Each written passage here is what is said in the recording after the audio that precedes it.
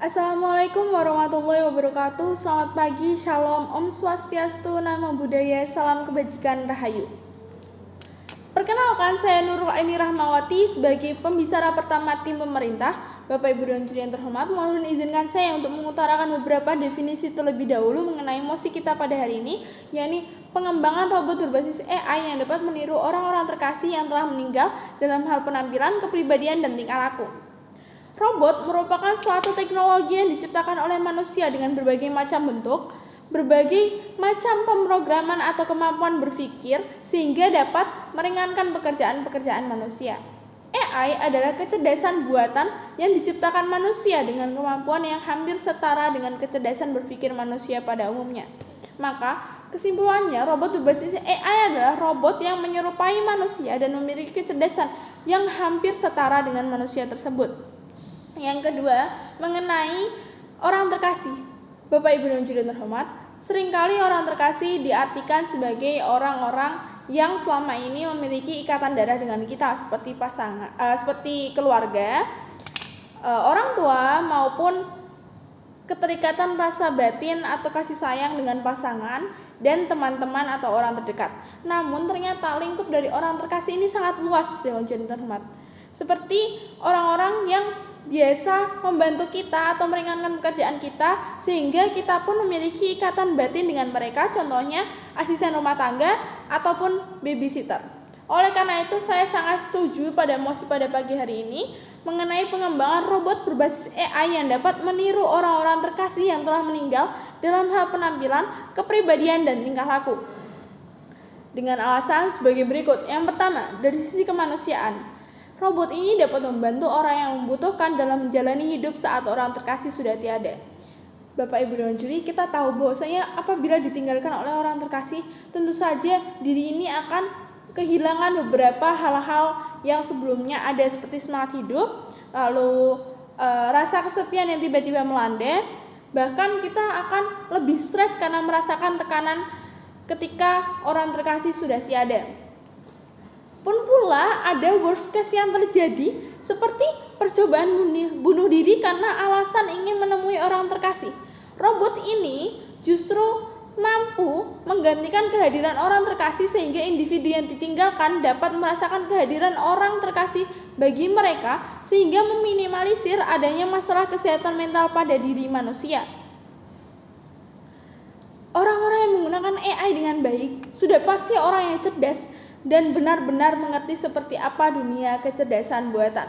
Hal ini mampu mengurangi terjadinya hal-hal tidak diinginkan seperti pada status quo kasus robot Sophie yang dimana robot ini diciptakan dengan kemampuan AI yang berpikir hampir setara dengan manusia. Sampai di masa pengembangannya itu robot ini justru membuat bahasa robot sendiri yang kemudian lantas dinonaktifkan oleh sang pemilik sehingga hal ini dapat membuktikan adanya perhatian yang sangat besar terhadap pengembangan teknologi AI.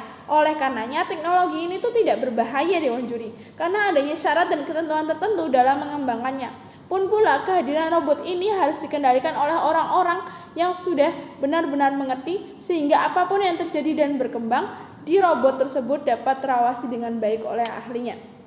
Apabila tidak sekarang, kapan lagi kita mampu menciptakan atau mengembangkan robot dengan teknologi kecerdasan buatan yang memiliki ide sangat brilian, yakni ide robot tersebut ditirukan menjadi orang terkasih yang telah meninggal dalam hal penampilan, kepribadian, dan tingkah laku. Worst case yang akan terjadi tentu saja akan teratasi dengan baik. Karena apabila kita melakukan pengembangan, kita maka akan terus belajar. Kita akan menggali setiap kesalahan yang ada, setiap error atau lag yang ada, sehingga error-error yang terjadi ini kita akan mencoba lagi.